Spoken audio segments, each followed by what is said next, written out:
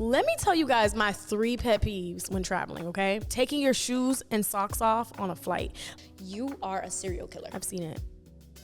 Hi, I'm Krystal Vega. Hi, I'm Amanda Booz, and this is Elevators Podcast, where we talk about the peaks and valleys of life's journeys, from relationships, entrepreneurship, friendships, all the ships, and give you a little taste of social media sizzling hot topics, all from the lens of modern womanhood. Welcome back, guys. Another episode. Look at us. Look at us. And I'm so proud of us because we did our first live podcast. I know, so exciting.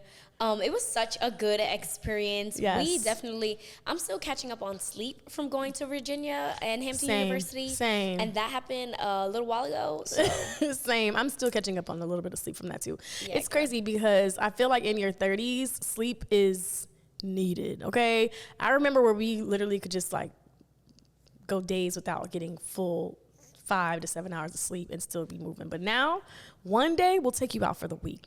Just one day. We need coffee mugs that say in your 30s, because the way in we your keep 30s? saying, so when you're in your 30s, Because when you're in we your reference 30s, our 30s so much on this podcast is jokes. No, but I feel you. And like just traveling in and out the same day. I love doing it, but it always like kicks my butt. but the adrenaline rush, it's Yeah, worth I it. love I love it. it. I I love love the it. I'm rush. in and out. I gotta beat the alarm clock. I love it. I Like really a do. robbery. But we had a great time. So shout out to the students at Hampton University and Roxy Diaz. We're gonna be sharing an episode. You may see it before this or after this, but shout out to Roxy for coming on the show with us. That was like a really good, and it was also like a full circle moment for us. She was such a girl's girl. She's so sweet. I loved her. I genuinely did. Same. Like, she was very cool, and I'm not just saying this to like be PC, but yes, it was a full circle moment because when I said what I said to her there, I wasn't And I just saying felt that for that. the cameras. Like, Yeah. it definitely, seeing her on TV made me feel like, oh, like I can do that. Like, Yeah. I want to do that. Like, that's literally what I want to do, and I just need to figure out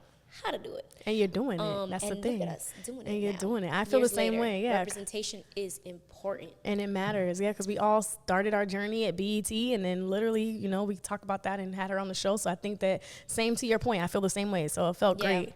So it's so Definitely. good. And you know, yeah, just loved the whole experience. I feel like I've been traveling a lot. And this episode, we just gonna jump right into it, y'all. We're gonna be talking about etiquette, from dining etiquette to travel etiquette. You name it, we gonna discuss it. It's important. And interact with us. We really wanna know y'all POVs on these topics. So stay engaged, stay with us. Yes. This is perfect timing if you ask me, because people are traveling this For the holiday holidays. season. People are Perfect. gathering this holiday season. So we gonna help y'all help yourselves and make sure y'all are considerate of other people this holiday season. And you know, we're all about elevating on our show. So we Right. don't ever want to give you something that we don't feel like is going to make you look, you know, your best in any situation, in any scenario, and just, you know, have a positive, classy way of doing something. So I think, to your point, it's great that we're doing this for the holiday season because, honey, traveling is stressful, and so It's is a those lot. dinners. So It is a lot. And one thing that is a part of traveling, of course, packing. Are you a light packer or a heavy packer? So I have been a heavy packer in my day. But these days I'm really trying to be a carry-on girly. And correct me if I'm wrong, but I also feel like some of the ways that we've been packing before are not like helpful. Like I don't like like for example, I don't like packing cubes. I think packing cubes make you pack more. And I feel like when you roll why are you looking at me That like was that? a hot take, because It people is. love packing cubes. I think packing cubes are not what we think they are in terms of helping you pack less. I feel like packing cubes make you pack more. I stopped using packing cubes. I no longer use packing cubes. I may have like a little bag for my makeup, a little bag for my toiletries, but that's it. Packing cubes is only probably if I'm doing like a 2-week trip and I have a big suitcase, but if I'm traveling with my carry-on, no. And I also feel like I don't want to have my suitcase go missing in the airport. Like I've had that fear before, and that's almost happened to me. So ever since that point, I'm like, you got to pack less. Quick travel tip. If you are checking your bag, put an AirTag in it. Yes. Put an AirTag in it. Hopefully it won't get lost. Hopefully your AirTag works, because sometimes mine be acting a little funky. But I've learned that, like, if I'm checking my bag, I'm putting an AirTag in it. Yeah. But I prefer not to. I've always traveled light for the most part. When I would travel to see my man, like when we lived in different states, I would travel heavy because I would stay there for like 2 to 3 weeks or whatever. But generally, if I'm in and out of a place or if I'm somewhere for like the weekend, I like to pack light. I like to put everything in my carry-on. And I also take my big Louis bag, which I like stuff clothes in as well. But I'm a light packer, like, and I've always been a light packer for the most part. I don't like to overpack because I don't like to lose stuff. And when I take more with me, I feel like much more disorganized. So now, yeah, I just make sure I take only what I need. I go into whatever it is, knowing what I'm gonna wear. Ideally, I like to use the same shoes for like more than one outfit. Smart. But if you gotta get the fit off, you gotta get the fit off. I feel you. But I like to use, you know, things more than once. And you know who said something recently that I was like, yes, speak to the kids? Law.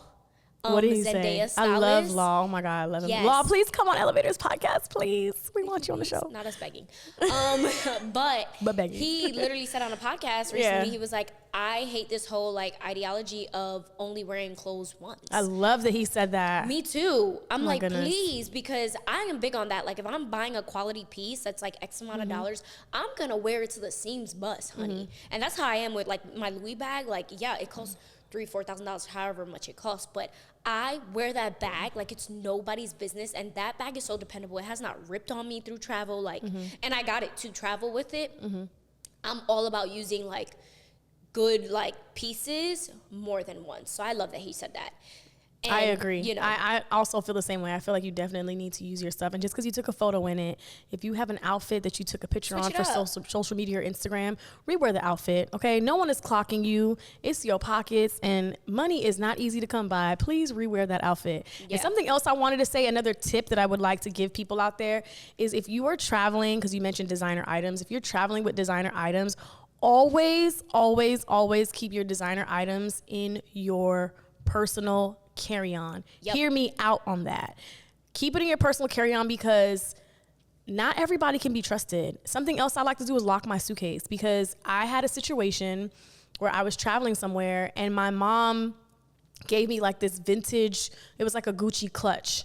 And it was something that they don't have in the stores. It was something that she got like in the 80s or the 90s that she passed down to me, and I loved it. It was not even the fact that like, I'm saying this because it was stolen. It was stolen out of my suitcase. Yeah. So it was stolen out of my carry-on, not my carry-on, my actual like checked bag, suitcase. And another tip is if you ever had something stolen out of your bag, you can definitely go on whether it's Delta, American Airlines, let them know that you lost something. So they did give me the money to buy it back, but it wasn't the exact same one. So it was sentimental, you know what I mean? So that really opened my eyes to where I'm like, I'm never putting a designer item in my carry-on ever again. Never. I never do that. What? I hate losing things. Like it brings like the OCD out of me so bad. It'll haunt me for days, for weeks that I lost something. Anything that I feel like I need to keep, especially like if I'm purchasing something expensive, I work hard. Yeah. I want to keep my stuff. Nobody else has the right to that stuff but me. Exactly. So you're not going to open my suitcase in the airport and take my stuff, because that's where they be taking stuff. They definitely do. I've heard some horror stories, so definitely do that. It was so interesting. I was talking to somebody and he told me like he lost his AirPods. I mean, his actual Apple headphones. You know, those things are like $500. They're very expensive. And you know, with Apple, you can track your products, and he knew that he had it at the airport. It was in his suitcase, and he tracked it. It was somebody's house in Philly. Like the person took it home. You know what I mean? Crazy. So that's like insane. So lock your suitcases, because they're taking everything. That's hide wild. Your wallets, hide your money, hide your cars, hide your kids, because they're taking everything. And another tip I wanted to give everyone here is when you get your suitcase, inspect it. If there's any scratches or dents, you can claim your suitcase. And a lot of the times they have extra suitcases at the airport. You can claim it if it's an expensive. People have Rimowa suitcases, you know, Samsonites. You know what I was gonna say? You can claim your suitcase. I will say, I don't know why people buy that Rimowa suitcase, because I think it's just for the name. I really do. It has to be, because it still gets dented. It gets dented, scratched up, and no, but you know what? Ugly. I will say that brand did their thing with the marketing, because on their website it says like dents will create character, and it's like the way y'all try to spin that is cute. Because they put stickers, I don't want like every other suitcase. I don't want my suitcase getting dented and scratched up. But if you do want to give me a Rimowa for like a gift, I'll accept it. But I don't know if I'll buy one for myself. I'm not gonna lie, I don't. You don't want one? Give me the money. Give you money? I do something else with it. Yeah. Not a suitcase. I travel too much to get let it get banged up. Yeah. And sometimes you have to check those bags. Mm-hmm. Like, depending on how you fly, they gonna check your bag in the front. And for me, if it's an expensive suitcase, I have always felt like those are like the most, no offense, but like people are gonna go in that bag. They're not good investments. Expensive suitcases, in my opinion. Like, the idea of them is cute, but getting them is just doesn't make any sense. But I also feel like it's like being loud. Like, you got an expensive suitcase. I want to know what's inside of it, because if the suitcase costs $2,000, it's still for me. It's screaming designer is within me. Yes. Open me up. I am in here. Like, it literally. No, I'm like, no one's gonna pay attention to your little Samsonite. They're gonna look at their remote suitcase quick. Right. You know what I was gonna say too?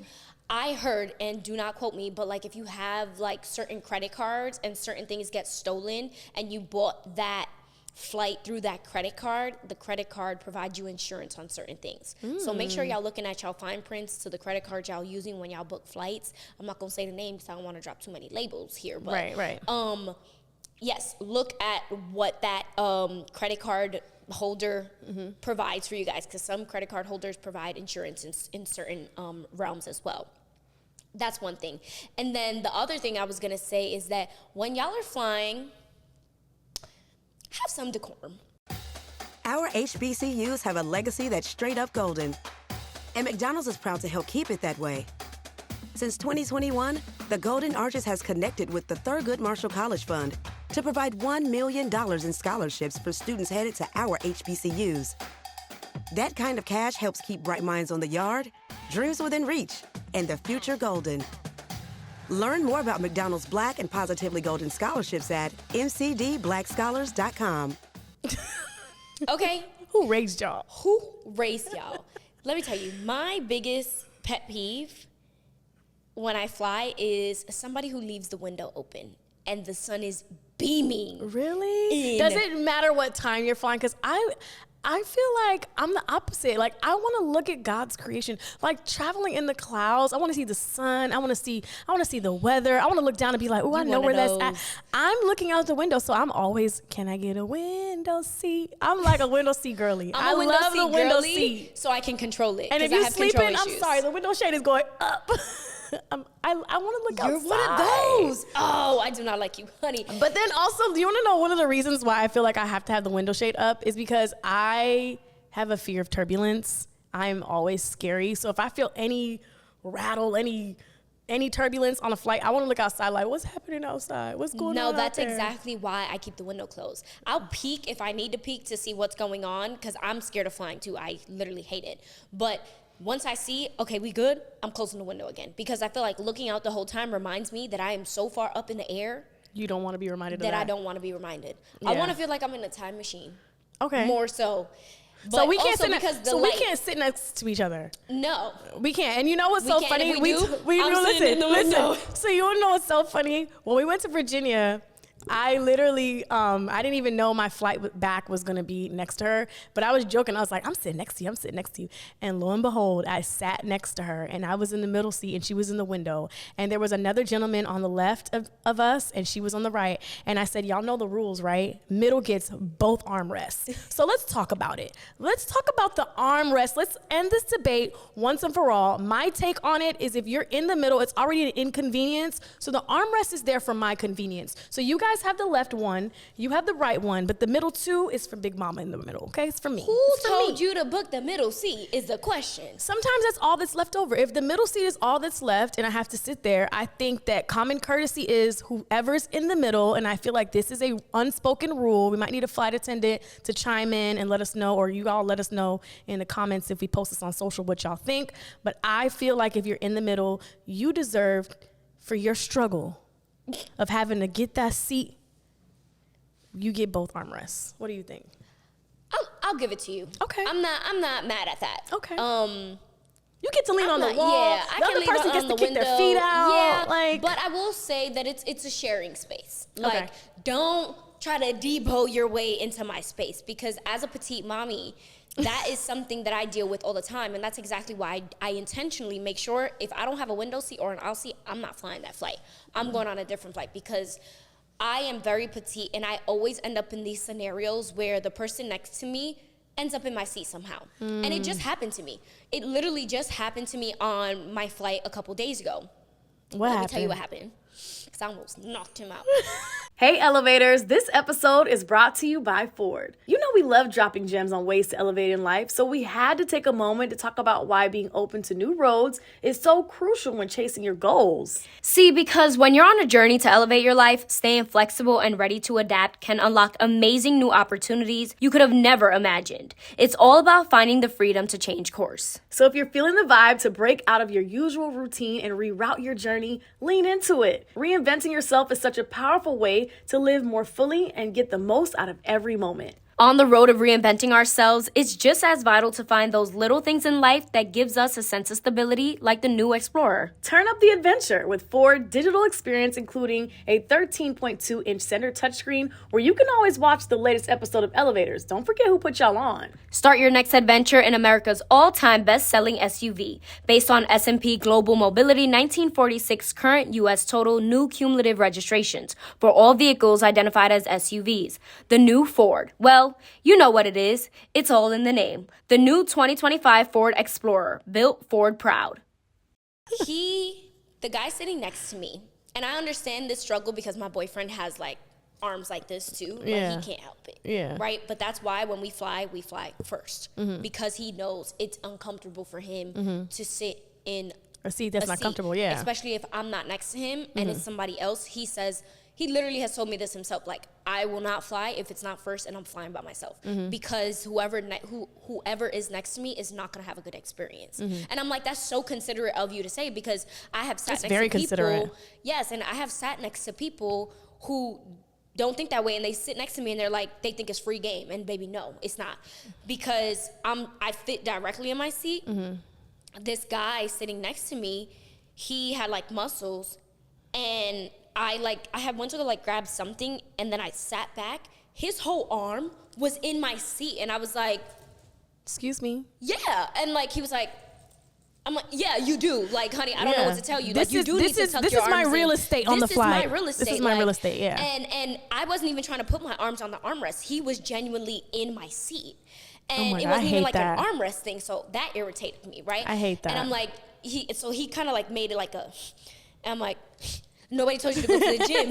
you know, he like, got the right one. You got the right one on this flight. One. And then, not only that, he had a carry-on suitcase? No, like a duffel. And he put the duffel in between his legs, but the duffel, instead of putting it like this, like vertically, so that it goes under the seat, he put it horizontally. And baby, he thought he was gonna sit with his legs open on the flight like this.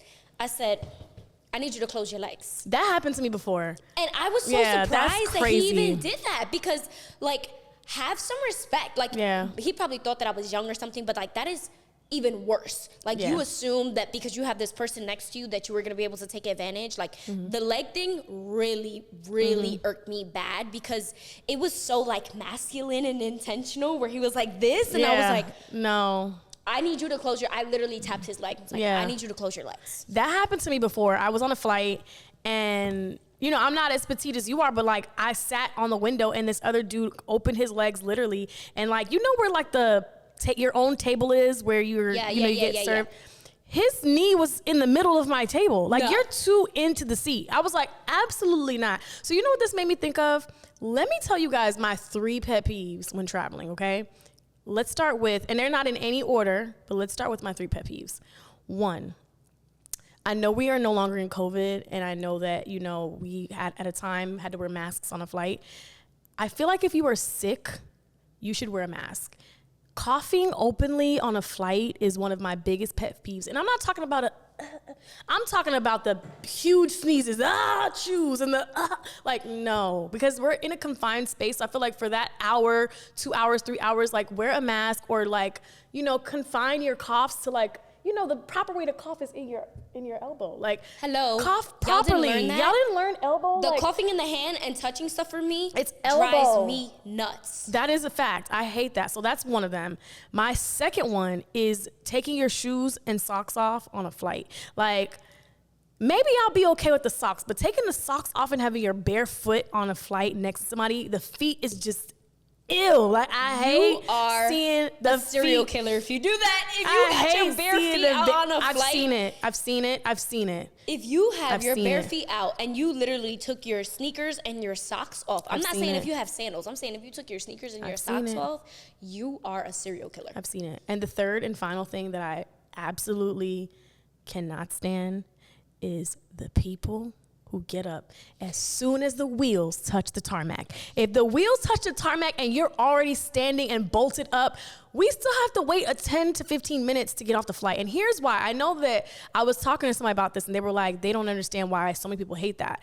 And my reasoning is because I've had close connections and have been like trying to fight my way through because you sat in seat 53 and I'm in seat 12 and I can't get out because you ran to the front. Like, I think if we all got up with our row, it'll be literally like the proper way to get off. I think that is a good etiquette when you're on a flight is when you land, you wait until the ding dong. You can now remove your seatbelt because sometimes the seatbelts come off before they even put on the sound. You be the like, wait a second. I feel like if we all equally go out at the same time, it'll be the same thing. Like, I can't stand that. That's so funny you say that. So I just had 2 flights back to back. I had a flight from New York to Boston. I'm sorry, from Boston to New York and then New York to Florida. Let me tell you the difference. On both of the flights, the pilot came on and said, hey guys, like, we have people with like connections. Let's be considerate. Let's try to let them off, right? So if this is your final stop and you're not in a rush, please just like sit down and let people off.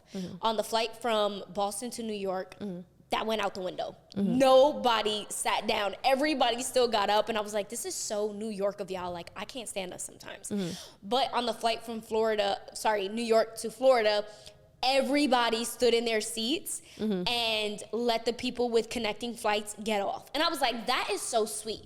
And the pilot was like, thank you guys. We did it. All 11 people who had connecting flights got off first. So thank you so much. And I was like, that is some real Southern hospitality stuff. But okay, I'm going to give my 3 now. Okay. So I will say my 3 are listening to your phone without headphones. Absolutely not. Biggest pet peeve. Leaving the window open while you are asleep at the window is another pet peeve of mine. If you are going to sleep, you might as well close the window for the people around you. And honestly, why there is nothing out there for us? You don't need to have the window open at all. But I'm saying if you are going to have the window open, at least be up looking out. Yeah. You know, like, don't leave it open so that it's like blaring in everybody else's face. And then the third one will be taking your time getting off. I cannot stand where people take their time, like grabbing their suitcase. Girl, hurry up. We want to get off this plane. So I think those are my top 3 biggest pet peeves. Aside from the ones that you already named, because I feel like the ones you've already named are also a part of my top 10 list. I agree. So 3 different ones, yeah, those and are the them. phone one is a big one, but you know what? God bless their soul. God bless their soul, but it usually be the older people. Like, I'm going to tell you every time, and if I don't tell you, I'm going to tell the stewardess to tell you, because be for real. Speaking of stewardess, I heard there's like a hack or something that, like, if you tip, and I don't think you're supposed to tip, but I feel like there's like some hack, and you guys correct me if I'm wrong, but I feel like there's something that you can do to show your appreciation of a flight attendant, whether it's like write a cute little note. I don't know if you can give them tips, but if you give them tips, and I hear that they'll just like continuously give you snacks and stuff like that. I feel like flight attendants, they don't get like a lot of the love and appreciation they do, even if you like bought them something like, you know, really cute. I per se haven't done it, but I think I've seen like some flight attendants giving like tips on things you could do. So if we have any flight attendants, what are some tips that we should know that will have us have a better flight experience? I will say though, that is a dangerous like Pandora box to even open, because I don't want to jump here, but I have thoughts on tipping when I've already paid for things. Oh yeah, we got. But let's not jump. We're not gonna jump. Y'all stay tuned on this one. Stay tuned on this one because we got a lot of juicy ones.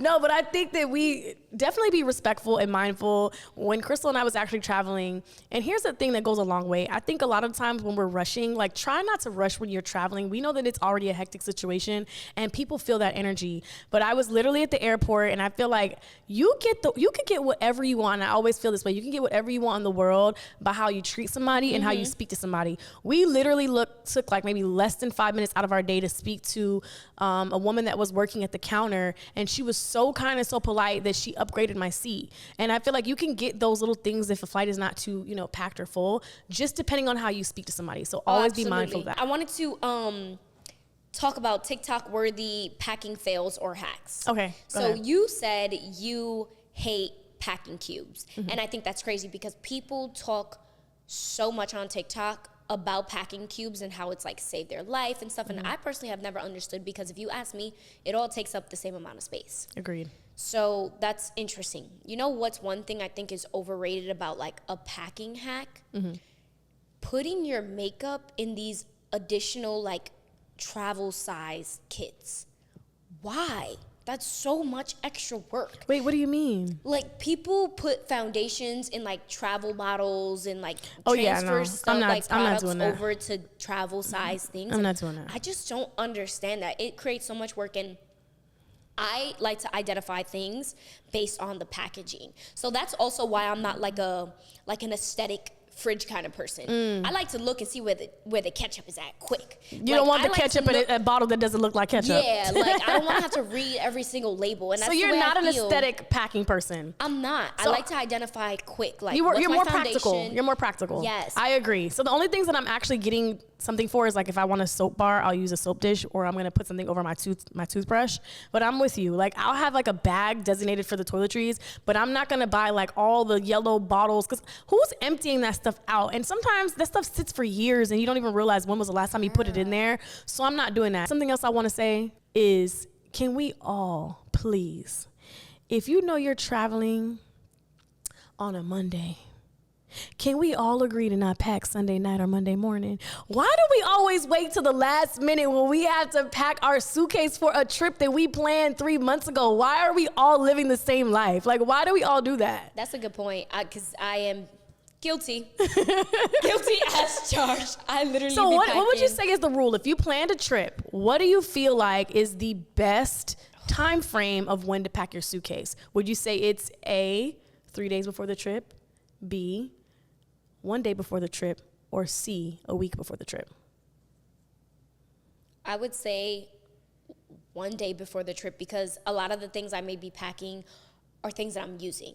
And that's why I pack the night before. Like, I will kind of like That's plan so my chaotic. outfits, but like there's just certain things that I need the night before, and I don't want to pack, because then I will have to keep going into my suitcase to pack all the time. So like, yeah, I feel like 1 day before, but if you ask my mom, she starts to pack like a week before, and I think it's the funniest thing ever. That's like, a smart she's so thing crazy. to do. That's smart. See, in a perfect world, I would like to pack 3 days before a trip, but naturally, just by default, it's been 1 day, and it's the most chaotic thing ever, because you'll be up, and it seems so simple, because you're like, oh, I'm only packing a few outfits, but you're literally up the entire night getting your suitcase together, and I don't understand why something so simple takes so long.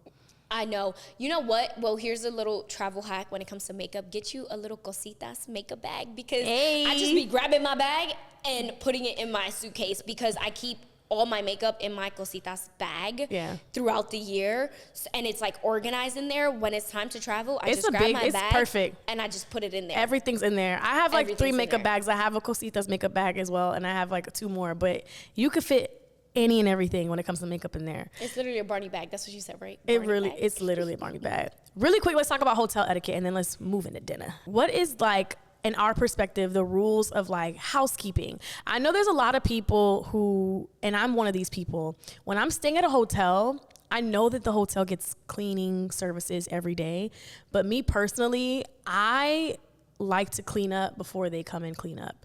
And what I mean by that is, I feel like it's proper etiquette. In my opinion, you're literally borrowing this space for a short period of time. Take care of it like it was your own home. Like, I may not make the bed perfectly, but I'm gonna pull the sheets back. I'm gonna put my clothes away, because I also don't want anybody touching any of my stuff to misplace where they are. So I like to clean a little bit before the cleaning people. That's my etiquette when it comes to like staying in a hotel, as much as I can.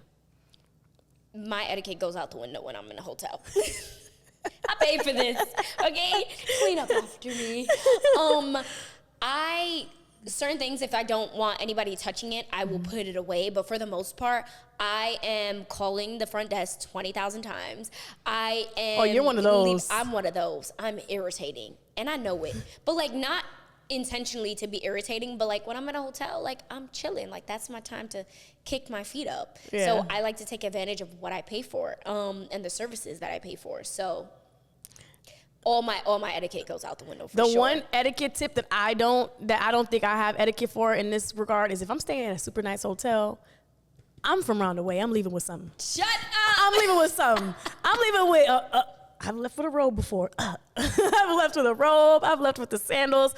If they got the good, like the relatable or like the Bulgari, like not to give names, but if they got the good soaps, I'm packing that in my bag and I'm asking for extra. Okay, I'm getting my money's worth, honey. That's one thing that I will say I may not have etiquette on is I am leaving with something. Yeah, but even though I say like I'm not a big tipper, I'm not mad at tipping housekeeping. I think you should at the end of your stay. I think you could do a little something, a little something, but you just have to leave a note and say, hey, like this is for you. Thank you for cleaning. Absolutely. I think it's really sweet to do that. I think when you're staying somewhere, and especially if you stayed somewhere for a consecutive amount of time, I think leaving a small, tip or a nice tip, however you want to tip, goes a long way because I think those people literally make the minimum, and especially when you're traveling out the country. I've heard stories about like when I've gone to like Mexico or places like that, and when you listen to stories about what the minimum wage is in those specific countries, you'll be shocked when you know like how much people are getting paid to clean up after you,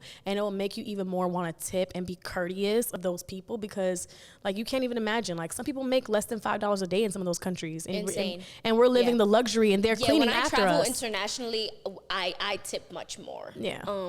Because I know a lot of those positions they are not making what they should be making for the most part. So yeah, that's not an area where I shy to tip when I'm international for sure. Yeah. Are you a hotel snob? Hotel snob, yes. And here's the thing, I rather hotel over Airbnb. Don't kill me. No, same. I rather a hotel over an Absolutely Airbnb. not. Absolutely not. And it doesn't come with somebody who cleans up after you. And I gotta check in at 3. You got me messed up. They have really killed people who oversaturated Airbnb with the sole purpose to make money. Have really killed the hospitality in Airbnbs. The point of having using an Airbnb was to have like a hospitable host to be able to check in and out a little more flexible. But now with all the cleaning fees and this, that, and the third, baby, I'm going to a hotel. Yeah, they'll charge you. Call in the middle of the night and say, "Can you bring me an extra towel?" Yeah, or those Airbnb hosts that charge you for using the pool. It's like, yeah, I bought a house with a pool. Why do I have to pay for that? Like, weird. I've had some really horrible Airbnb stories and situations where I'm just like, I'm gonna just stay at the hotel. Yeah, no, and I'll pay for the girl convenience. for sure. So I do. And but I yeah. am a hotel snob. I don't care if we only gonna be in there for 4 hours. I'm a hotel snob because I also think depending on the hotel you're staying in, there's a different like safety level that comes along with it. I agree. So I'm a hotel snob. I am big on hotel bathrooms. I need a hotel that has room service. I need a hotel that has a mini bar. I agree. Now, if you're traveling somewhere that doesn't necessarily have that, picking the best option that you can and that you can afford. Because also, I don't believe in living beyond your means. So if you can't afford it, don't get it. But be comfortable as much as you want to. Yeah, and that looks different for everybody. It does. So we talked about flights etiquette. We talked about hotel etiquette. One of the favorite things I love to do is eat. And you know you love to eat. So there's so much we could talk about when it relates to dinner etiquette. So I think we should just honestly dive right into it. Let's talk about splitting the bill for birthdays, because that's a huge one. Let's talk about etiquette when it relates to somebody's birthday. Today we have 2 very special guests on our program, introducing Lem and Lime. Hello. For Starry Lemon Lime Soda. Thanks for having us. What is Starry Lemon Lime Soda? It's a crisp, clear burst of lemon lime flavor, and it's caffeine-free. Between us, one of you must be a little more important to Starry than the other. Who is it? We're both important. So it could just as easily be Starry Lime Lemon Soda. No, that doesn't sound right. Oh, I like it. So you saying hip-hop could be hop-hip? Works for me. Starry Lemon Lime Soda. Starry hits different.